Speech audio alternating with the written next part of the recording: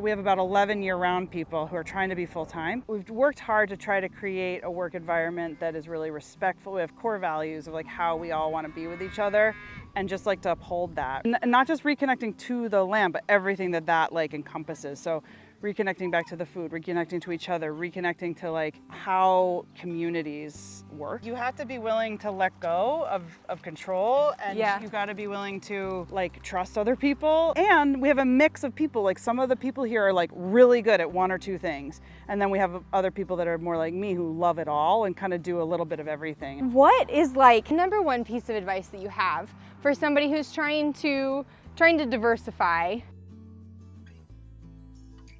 Okay, you're Corrie. Yes. And this is Bread and Butter Farm. You have built an amazing enterprise here. Like we were talking off camera, you're multifaceted, very dynamic. You've got cows, some pigs, garden structure, you do summer camps, you've got a cafe, and you have an Airbnb. What else am I missing? Events. Event center. Yeah. Yeah. Seems like you really are able to make it work well. So we're gonna start this video out a little bit different than our other videos because you really want us to meet your team before they have to leave. Definitely. So we're gonna go meet the person who's running the cafe, right? Totally. All right, Yeah, what's his name? Mike Proya. Okay, so we made it to the kitchen of the cafe, and you're Mike. Yeah, I'm Mike. So what are you doing here, Mike? How do you fit into this farm enterprise? Right, so I own and operate Blank Page Cafe, which is a separate business entity operating here at Bread and Butter Farm. I operate a commercial kitchen that functions as a coffee shop, catering kitchen, and bakery. Wow. So as you saw probably when you were walking in, our kitchen and our front-facing coffee shop service bar is oriented smack dab in the middle of our farm store. Right now, I'm preparing some lettuce that we grew right here at Bread and Butter Farm. Let's go. This is red leaf lettuce, and I'm catering a lunch today for some folks at UVM, and this is going to be part of their lunch. Okay. Very exciting. Corrie had told me a little bit about like your team dynamics here. How did you like really get started? How did you get here? Wow, that's a big question, but I'll try and summarize it in just a short little few key phrases. I had a bit of an existential life crisis when I was in my young 30s, and I decided to quit my corporate finance job in Connecticut and move to Vermont to learn how to farm. When I did that, I met Corrie when I first got here in 2013 as part of the UVM Farmer Training Program, which I was a student in. And long story short, fast forward several years and a lot of travel and farming experience kind of culminated in the manifestation of me wanting to start a small food service business whose central focus was on creating opportunities for our community of customers to engage with farm fresh food as much as possible. And so I reconnected with Corrie when my partner and I moved back to Vermont, and we started to explore the idea of locating my business right here in the farm store. That was 2016. It's 8 years later, and here we go. Wow. Yeah, got an awesome staff here who help me do all the fun things that keep the kitchen rolling. They're just making cookies. They're not even paying attention. No, They're like, nope, I'm just gonna make cookies. So what Clara and Emma are preparing gluten-free chocolate chip cookies for our upcoming Burger Night, which I don't know if Corrie talked about Burger Night. Not yet. So Burger Night is the marquee event in all of Vermont, and we have it here at Bread and Butter Farm. We do, this year we're doing 8 Burger Nights, which happen on Friday nights, and it's live music, food, and family fun event on select Friday nights during the summer, where the goal is to bring community together to just have fun, kick back, listen to some kick-ass live music, and eat really amazing food that's, for the most part, grown or raised right here at Bread and Butter. How does it like make you feel to be able to be a part of such a big enterprise? Do like just sit here, chop lettuce, and get it ready for a group of people that, you know, it's fresh food. Like, how does that work for you? I'll answer how does it make me feel first. So I think how does it make me feel is, you know, an interesting question.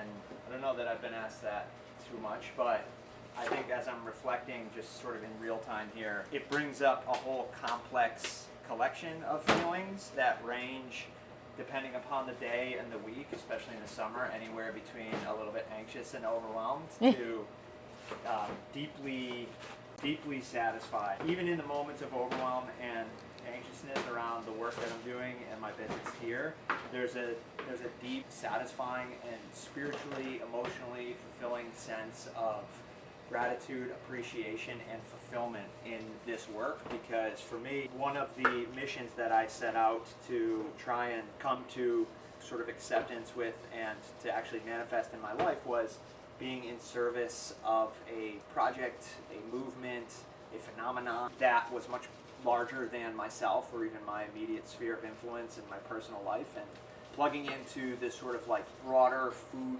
systems movement as it relates to regenerative agriculture and food service that reflects the values of regenerative agriculture is a bigger movement that my business is squarely sort of situated in the middle of and deeply embedded in. The feelings that are associated with that orientation towards the world are deep gratitude, appreciation, a sense of deep fulfillment, and also a continuous energy of inspiration on many levels that changes and evolves over the course of time as I get older and as the business and the people that make up our community continue to grow and evolve. Real quick, that my last question is on the broadness you said of it. I haven't seen a farm take on a chef like in this capacity before. So are you seeing in your circle around the country, around the world, other farms doing this and other chefs kind of getting involved with this, or are you seeing that come on? Well, one of the things I think that I've been inspired by, you know, from what Corrie has cultivated here and what exists here at Bread and Butter Farm is the open-mindedness towards experimenting with new models and new ways of doing things. So for us here, you know, and especially in this area, I feel strongly that Bread and Butter Farm has been a bit of a pioneer and an agent of change as it relates to diversified farming operations. And what I mean by that is having the open-mindedness and the willingness to take a risk, you know, as it relates to pushing sort of the boundaries of conventional ways of doing things and trying new things to see what actually will help make the bigger, broader project of sustaining regenerative ag work.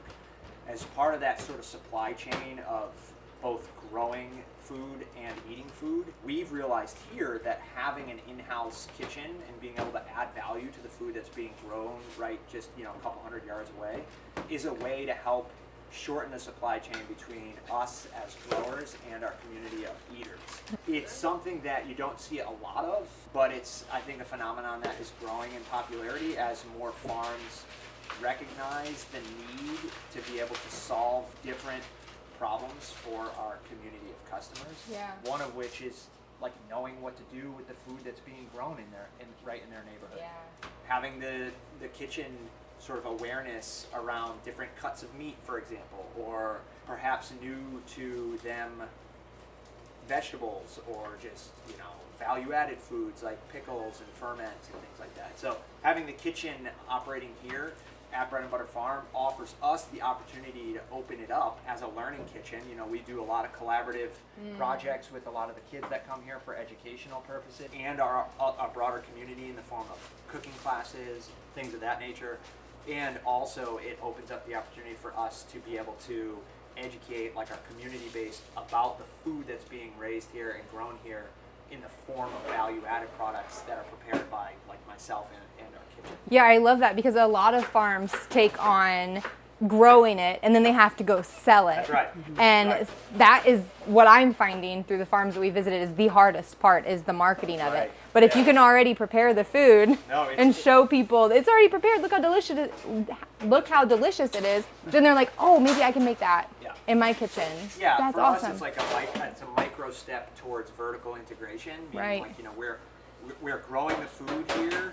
And so I'm in deep conversation and collaboration with our land management team and our vegetable growers and Corrie as the owner and my kitchen staff and the marketers, right? Yeah. We kind of operate, although we're separate businesses, we operate as this collaborative entity that can, you know, and we're able to leverage each participant's strengths in that supply chain of business effectively to be able to push out a message and a product that we feel really good about and that we feel confident that other people will feel really good about. Yeah. So yeah. it's a cool synergistic way of collaborating, recognizing that going it alone is a really hard endeavor in any small business in general, but especially in farming and food service / restaurants. Yeah. And so I think the collaborative nature of our relationship here, Blank Page Cafe and Bread and Butter Farm, allows us to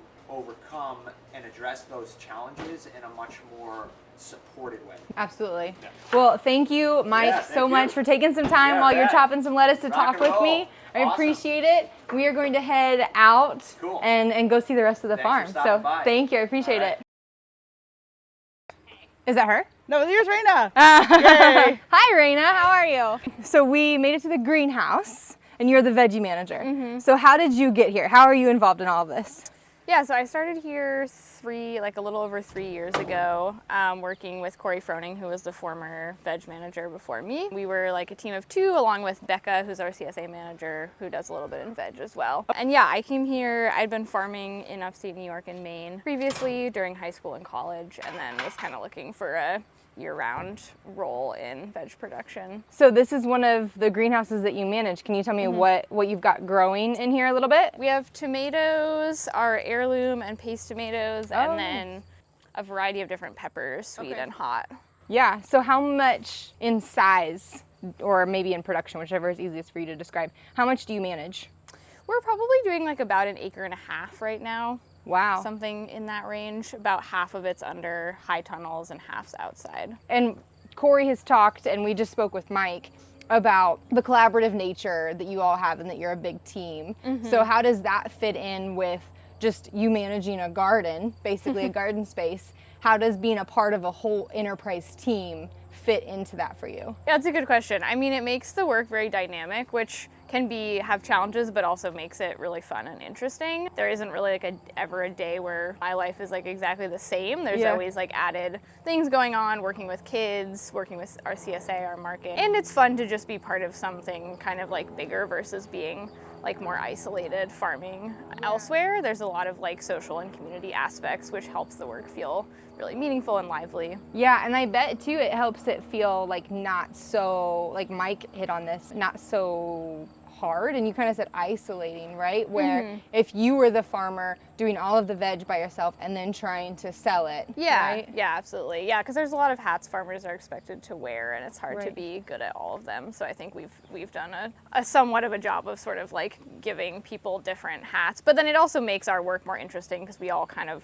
do various things. Like no one is just like completely in one enterprise either. There's a lot of cross between all of them, which also can be fun and just like keep things interesting. Yeah. Okay, so we made it to the outdoor garden. You said this is your favorite spot. Yeah, I was gonna take you to my favorite block. Block? Oh! I think this far block is like the best managed zone currently. Why is that? We did an intercrop of winter squash and popcorn, and the popcorn we grow to distribute for our winter CSA, but also because it's a really fun thing for kids to harvest and help us pick off. But I feel like it's one of the better intercrops we've done and has like kind of full soil coverage, which is really nice to see. So there's like very little that I now need to do until harvest here, and I think that's like the ideal that I would like everything to look like, which is we're just not there yet. But it's fun when something is like, oh yeah, it feels like we kind of nailed that. And this was an idea we got from Corrie, who's the previous manager that she does at her new farm, the farm upstream.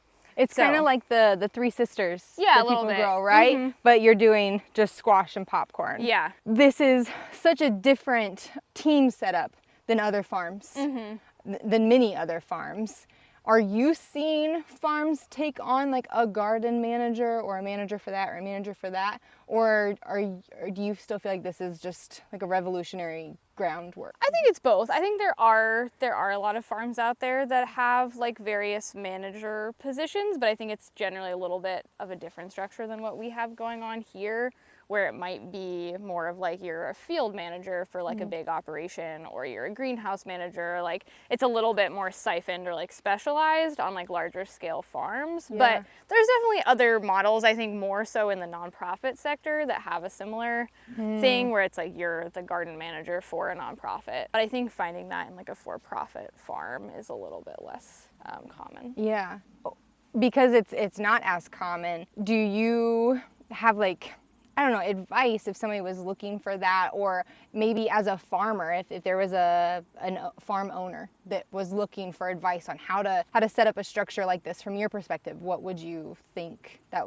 advice would be? That's a good question. I mean, I think it's a hard balance of like giving mentorship and like autonomy, and I think we're all like kind of always trying to figure that out, and it's like so varied depending on the person. But I think for me it's been really amazing to like get the opportunity at a farm that's not my own, that I'm not putting like a bunch of my financial like stake into, to like get the experience of managing a budget and a crop plan and like things that are hard to find in other farm like field crew positions. So I think farmers being able to kind of offer those opportunities in various forms to employees is like a really good way to kind of help with successional.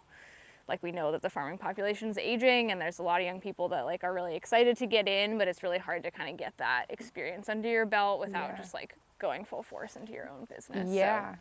And you've been able to get that experience from other farms. Has that been difficult? From other farms other than here? Uh-huh. Yeah, to an extent. I was also very young, like I was in high school and college, so I think it's only really getting here that I even like knew what questions I had, like if that makes sense. Like I had farmed for probably like 9 seasons before coming here, but I was young and I don't know, like I learned a ton at those farms, but I think you were just like doing what you were told. Yeah, kind of, and like not really like learning how to observe and like ask questions quite as much, and I still feel like that's ongoing, and it's sort of one of those things where like the longer you do it, the less you feel like you know in some ways.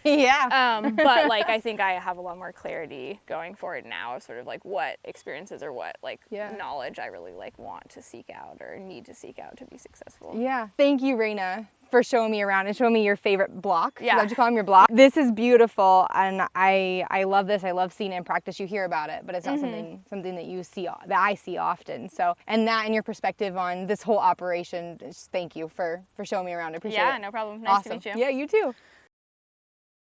Okay, Corrie, so we've seen 2 like really important sectors of the farm itself. Yeah. Where are we going next? What do we want to talk about next? Well, gosh, let's talk about our education programs here. Yeah, since you got kids here. Yeah, we got tons of kids here, and education is really important to us. I have 2 kids, actually. They both work in our summer programs now, but we started the programs really for them and also the community of kids. And I have education in my background as well, and really important to me that I started working on a farm as a teenager, and I felt immediately that was like some of the best education I ever got. I was 14 when I started working on a farm. Really, really impactful to me. And so I always imagined if I wanted to have my own kids, and if I did have my own kids, I really wanted them to grow up on a farm and just get all the lessons that you get from being outside and on a farm. And I just was so blown away by my mentors and what they knew, and just intuitively, right? So we started our camp programs here, gosh, when my son was 5. So it was like 2011 or so, really at the beginning of the farm. And it started really small with like a bunch of 5-year-olds, like families that we knew who were excited about like a farm camp and that we felt like we could do in the midst of like the early years of our farm. Yeah. And then it's just grown, and we've had so now we have about 9 weeks of the summer, we have about 75 kids here. So from age 5 to like 18, and all built into that are like different age groups, and then we get like the counselor in training, and then we get the counselors. And so I think all but one of our counselors actually came through our programs as campers themselves. And so there's like a really cool culture of that passing on, and my kids work at it. Like I said, my personal kids work at it, and so it's really special to me. And really, most importantly, what I feel, everything we've talked about, like how do we get people connected to the food that they're eating and cooking it themselves and reconnecting. As we know, our culture is like so moving away from home cooked food and local food and all that. So that's what Mike and the cafe and the markets are really trying to help people like reconnect to their food. I personally feel like it's all about the kids, right? If the kids can get connected back to it and care about it and care about the land and care about being outside and have space to be disconnected from devices and indoor space, and feel really comfortable even through thick and thin, like through the extreme heat, through rain, we also do school year programs. So kids are here all year round, out in the woods. They're literally outside all day. It might be 15 degrees all day, and they're out there, and they learn how to make fire and to keep themselves warm and move, and a lot of the skills that go along with that. That to me feels like a really important piece of like of reconnecting people back to the land. But it's all integrated, right? Like I don't look at like, oh, we're educating a 7-year-old or we're educating an adult. Like we're all being educated all the time.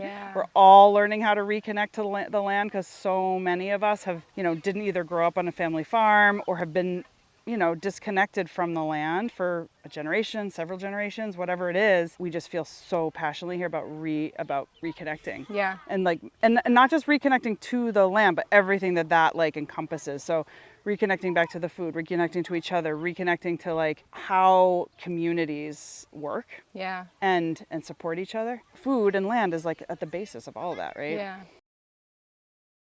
You said you have a great-grandmother herd. Yeah. Is that also a closed herd? I'd say almost closed. That's the goal. Over time, we've needed to grow the herd, so we have brought in other small herds and kind of combined them. But that's like what we're always striving towards, is the closed herd. So we started this video by kind of getting to where you are right now. Yeah. And usually things go chronological. We talked about where you've been and then where you are now. Now I'm curious. Yeah. If you have the cafe now. Yeah. And all of the huge team. Yeah. Where did we start? Where did you start? Did you start with cows? How did that come about? So we came into this with the vision of a lot of diversity. I also started this with a business partner who's actually not here anymore. He hasn't been here. Actually, when Mike got here was when that transition point happened with my original business partner. That business partner was a great herdsman and also a baker.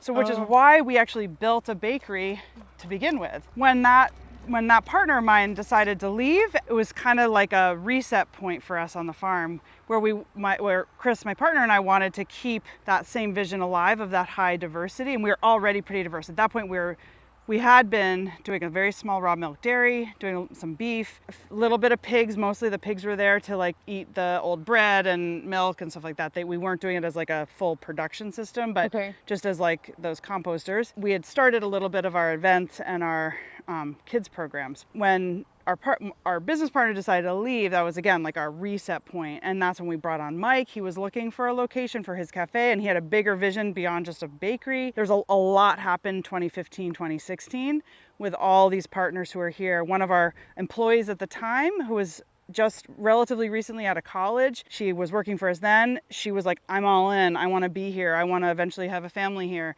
She's still here with us. She's our CSA manager now, Becca. Okay. And her husband actually also works here now. And they have a little one. She's about to have another one in October. So they have a 2-year-old, and they're about to have another one. Wow. So we have like 5 core families who are part of it in a big way at this point. So yeah, we started small, really. Adam, who was my original business partner, it was like Adam and I were the 2 main workers on the farm. We had a little bit of part-time help and some volunteer stuff, and then we grew it. And then when Adam decided to leave, it was like a time for us to kind of reset. Yeah. So we made it to the cows. Yeah, and here they are. Wow, what are those red Devons? Yeah. Whoa, Yeah. look at that. Yep. Nice. I haven't seen many farms with red Devons. Yeah. So why red Devons? Good question. We were looking for a breed that worked well with our land. So I had mentioned it's heavy clay soil here, compacted. Also, we're obviously in a northern climate. So we were looking for a breed that wasn't too big. So like a small medium size animal, one that is rugged and that is a good grazer and can graze like anything. So these guys go everywhere, graze everything. They're in the woods, they're in, really degraded areas. They are just, like I said before, the master gardeners, like doing the work of like really bringing, and they love it. Like they're just good at it. They have really thick hides. They love the winter. They do a great job in the winter, and they've just really worked with us. And I'd say we got lucky in a way, because there was a few farmers here in Vermont and then some in New York State who were interested in this breed. A lot of the breed from New Zealand, the Rotakawa Devon strain of this. And there was these older farmers that had been working on this breed, and we're really excited about it. And they were some mentors of ours. And so we got some of that genetic early because we were milking Jerseys, Herefords. It's kind of a hodgepodge mix of dairy cows, and then kind of getting like those cull cows coming from the dairy were our beef cattle. And then we got this opportunity. I think we took on 15 of these Devons through those connections that I said. We kind of took it from there. So we had some Red Angus here for a little while. When we were getting more into beef, we were just dabbling and trying to figure out what was going to work for us. And then we kind of, like I said, kind of lucked out with some of these other great grazers around us had this breed, and so we were able to kind of build from there. I'm just curious about your concept with diversification, in a sense that a lot of the farms that we have visited are either pro diversification, do everything that you can to maximize your profit, and then others are niched down. And they're saying, no, you need to focus on just one or two things, that way you're not spreading yourself too thin. How do you feel about those opinions? And I mean, you have a team too, right? So how does that work for you? Yeah, totally. I think it just is like, it's all about what your context and what works for you. And I just knew I didn't want to do it alone. And my husband's not a farmer, and he was like super supportive and able to do a lot of stuff for me, but was like, that's not going to be my focus. From that standpoint, I wanted to like be diverse in our management. So that's just going to promote diversity in what we're doing. My philosophy has always been like, when we find really good people who want to do this work, let's like both what is the land, what's the land able to do, and then what are the people able to do, and how do we combine those things together with that land base, just what's all possible. So I often say that we're kind of like doing everything wrong from a business standpoint, like crazy diversity, like we're making everything so complicated and so hard. So like people are like, oh, that's like you're not getting specialized in any one thing, right? Right. And also like can also look at the opposite of that is like we are truly putting like our money to our mouth, where our mouth isn't saying like, you know what, something doesn't do well in a certain year, we've got all these other things going on. We've certainly had plenty of examples of that in years where like something doesn't do as well. Like obviously COVID was a really good example of that. Like we do a lot of events, a lot of in-person stuff, and we had to pivot, and we were able to pivot, and we had to like ramp down some stuff, but we were able to ramp up other things, and we were able to pivot really quickly, and just also having a team of people who are here for the long haul, who we can all put our heads together. It also just the lifestyle and ability to like support each other. Like we all work our butts off, but we're also able to go on vacation. We're also able to get off the farm. We're also able to support each other. We have enough people that have been here long enough and care about it and have stake in all of this that we can support each other in that way. So to me, when I think about like my generation of doing this, and then the next generation, it's like we gotta build it so it's like actually doable. And otherwise they're gonna go away, and fun. Otherwise, our farms are just gonna go away. And I've certainly seen a lot of farms around us go away, and I don't want that. Like we need more. And as you were saying all of that, in real time, it was hitting me that a lot of the really big farms, we think of Joel Salatin, we think of Alan Savory, Will Harris, right? All of those ones. Pretty diversified. They're very diversified. Farms have not just employees. These aren't people who are doing the grunt work. These are people who are managing the farm and the animals. They have you have to be willing to let go of control, and you got to be willing to like trust other people. My husband was just saying, because our son is really into baseball, we spent a lot of time at baseball games, and he's older, so he's like trying to go to college with it and all this stuff. We spent a lot of time thinking about baseball. And I was like, if I was on a baseball team, I would be like a utility player. Like I can play every position, right? And I'm not like awesome at any one position. But I can do everything. And we have a mix of people. Like some of the people here are like really good at one or two things. And then we have other people that are more like me who love it all and kind of do a little bit of everything. And so I think that's also really important, is like not being a perfectionist and not being attached to like how this thing has to be this way, because farming, as we all know, is like nothing, there's nothing perfect about it, right? So it's like it's sloppy and messy, but it's like if we have enough people, like some specialists and some generalists, and like combine us all together, communication is key. As the manager of that, is that just like your personality, or have you tried to build on skills to make sure that that does flow well? How do you see that in people and then translate that into your successful business? Yeah. Oh gosh, I think totally know how to answer that, other than we've worked hard to try to create a work environment that is really respectful. We have core values of like how we all want to be with each other, and just like to uphold that, right? Yeah. Like to uphold that respect and just be communicative and be direct and clear, and also like let people go through their processes of their own development and stages of life is really important. Like if you're a teenager, if you're like in your 20s, kind of first real jobs, like, you know, real responsibilities, or if you're older, like, and we're also actively talking about how do we all support each other having kids, like phase of life. And then what about those, like when we retire and get older, like I'm the oldest one here, so it's like we're kind of all figuring it out as we go, but like I want to be like the grandmother that's like hanging out with like the grandkids, and I still want to have a role on the farm, but I like certainly can be ready to step back. And so like a willingness to let go and all that. I mean, we're figuring it out. I did have other work experience before buying this farm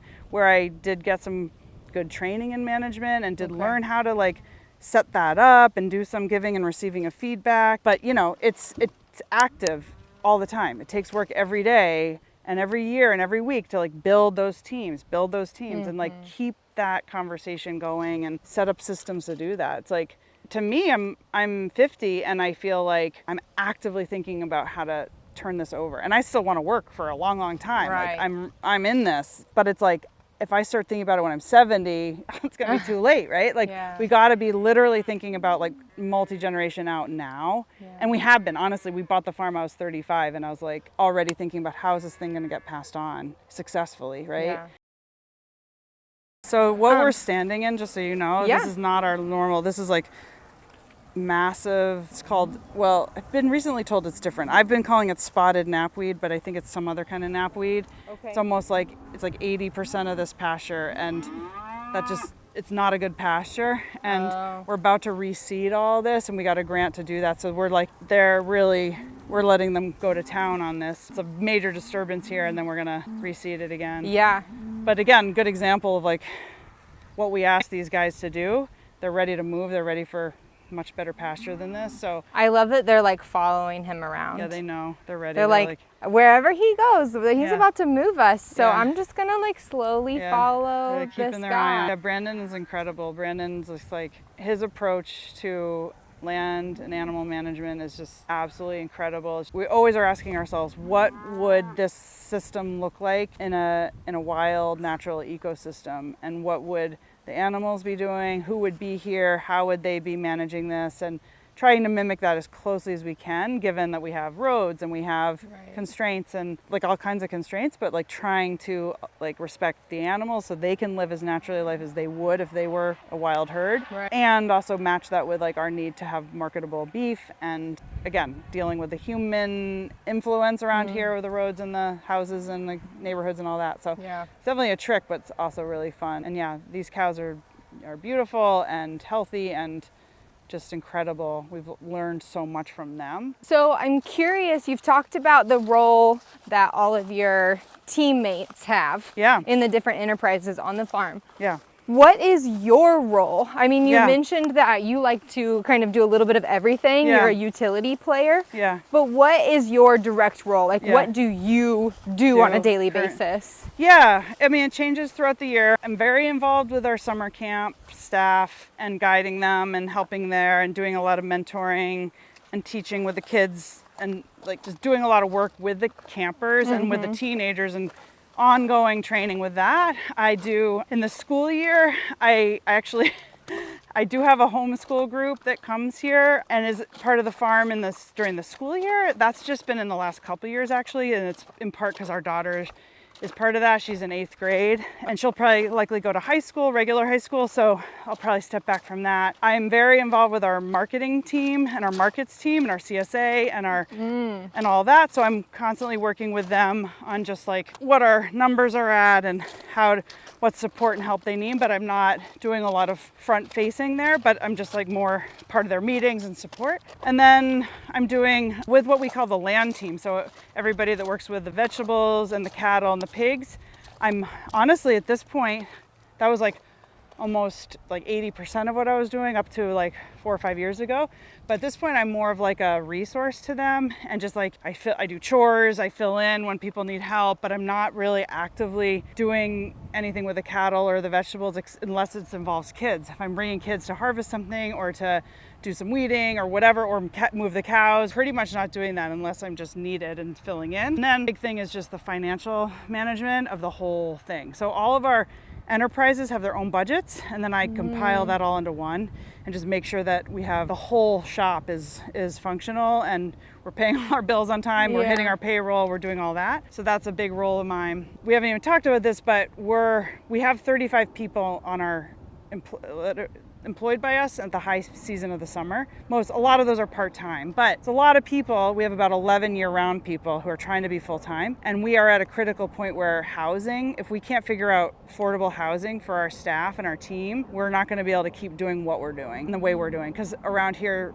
housing costs have just skyrocketed. So Brandon and I, who we saw a second ago, he and I are actively working on forming a nonprofit and working on affordable housing for our team. And it's a big deal thing in Vermont, and it's being talked about not just in farming, but other sectors, but farming is a big one because farming's big here. We're literally like starting a nonprofit, working on a 13-acre farmer community housing project, which is slated to happen over here, trying to get funding for that, trying to have a vision for that, and like the literal like development plan, architectural plan for that many years out, but it's happening and it's exciting and it's crazy. So I spend a good amount of time on that. What you said about the housing, I mean, that just kind of, it threw me a little bit. I guess I'm surprised that for 11 people year round, 37?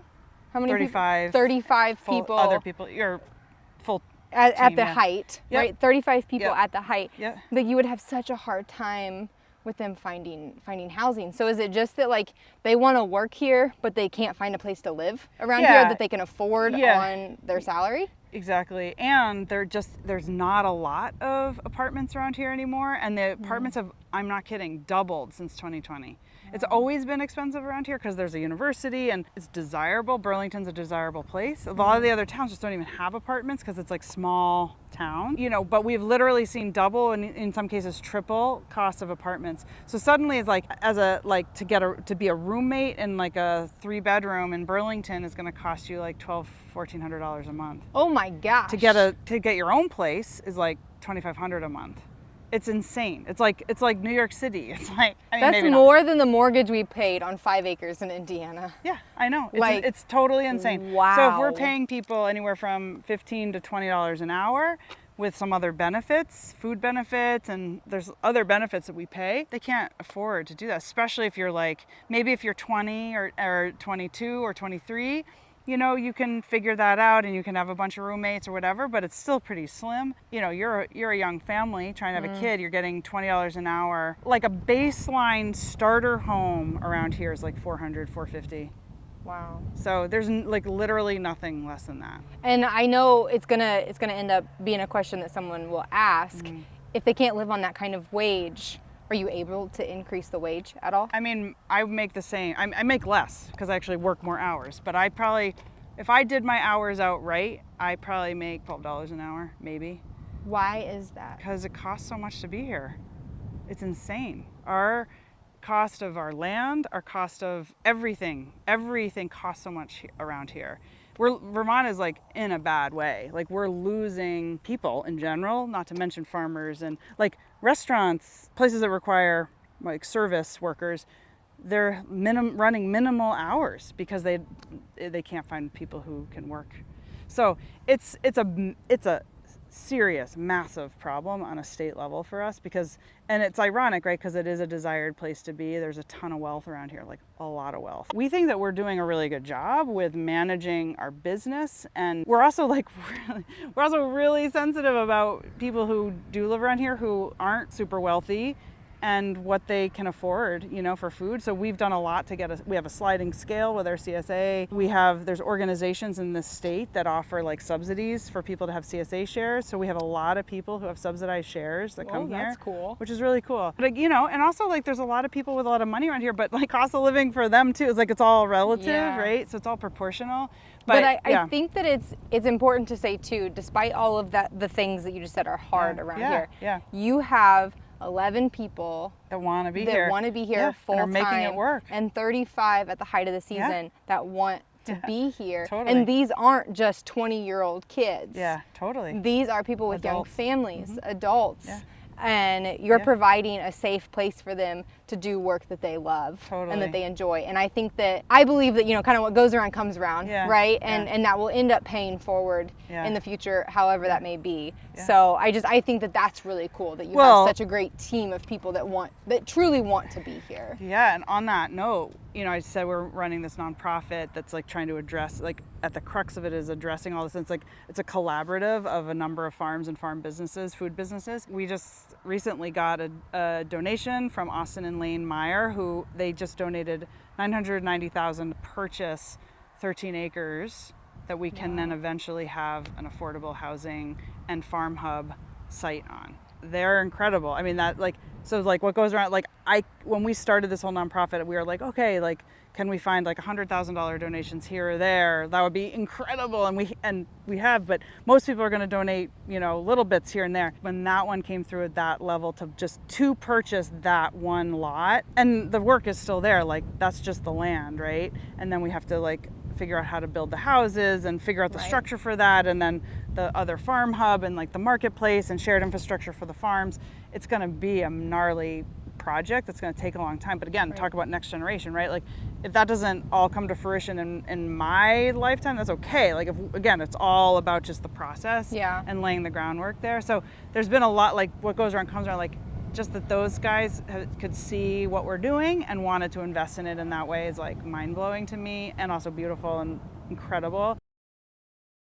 But I am curious here as we're kind of coming to an end. What is like, I don't know, a number one piece of advice that you have for somebody who's trying to diversify, build a team, and have a place that just feels good. Yeah. Like a place like this. If somebody said that they wanted to do this, what would you advise them to do? I think it's just have a long vision, be ready to pivot and change, be ready to delegate. You have to be ready and okay with delegating, but also like really matching your values. Like start with the values with the people that you're going deep with. And I had to learn that also the hard way, right? Like I said, I had a business partner and we matched in a lot of ways, and there were some key ways that we didn't match, right? So we had to learn from that. That was a really good learning for me, and seek advice. Like look out for places that are doing it and are willing to connect and give advice and support, whatever that means, right? Like we're all learning all the time, so it's like, how do you keep learning and advocate for yourself on like the town level, the state level, you know? I'd say that one thing that I'm so grateful we did is when we first got here, we were really good at actively talking to all our neighbors and getting support and bringing them in every way we could. And so we have, knock on wood, we've never had a neighbor complain about us. We've never had, even with all the events and all the stuff that we do.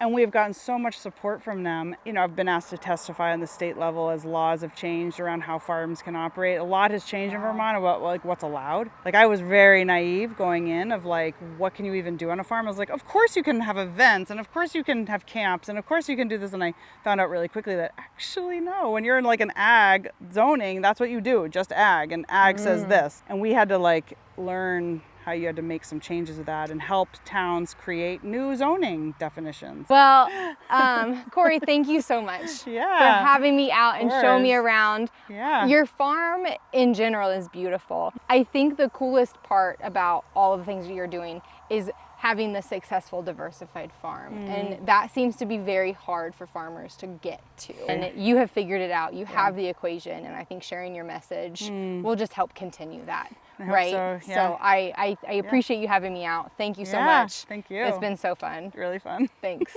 So talking about the diversified farm, Paul and I are having this conversation so much, and it relates back directly to our farm, that if we hadn't diversified so much, we would have been in a different position when we sold the farm. Maybe we wouldn't have sold it. Maybe we would have, I don't know. The pressure that we put on ourselves to diversify our farm ended up being our Achilles heel. And I am seeing that a lot on farms. But I just had a huge like light bulb brain blast moment with Corrie. It's not the diversification that hurts the farm. It's the team that you need to run the diversification. In my opinion, what I'm seeing right now is having a huge diversified farm is still possible. Farms don't have to niche down. You don't necessarily have to focus down. You just need the right team to help you with that diversity. I'm gonna be thinking about this tour and Corrie and this farm and for a long time. I'm gonna be talking about it for a long time. I am so glad that you were able to come along with me. Maybe you had the same brain blast moments that I have had, or maybe your brain blast moments have gone a different direction. But either way, I am so grateful for you being here with me and seeing all of the amazing things that this farm is doing. I will see you at the next tour.